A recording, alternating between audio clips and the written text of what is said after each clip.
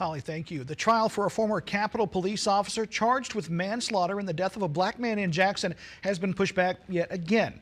These are photos taken at the crime scene following the incident. Former officer Stephen Frederick faces a manslaughter charge for shooting and killing Jalen Lewis after a traffic stop in 2022. Now, court documents show Frederick and another former officer, Michael Reinwald, alleged Lewis tried to hit them with his vehicle and they fired to stop him. The officers had boxed him in with two unmarked vehicles. A witness in Lewis's car told investigators that Lewis was just trying to get away. After the shooting, officers found drugs and guns in Lewis's car, but didn't know those were there when they stopped him. Hinds County Circuit Judge Adrienne Wooten rescheduled the trial for March, though she didn't say why. Frederick's trial has now been continued 4 different times, meaning the two men are expected to face a jury 1 year after they were first indicted.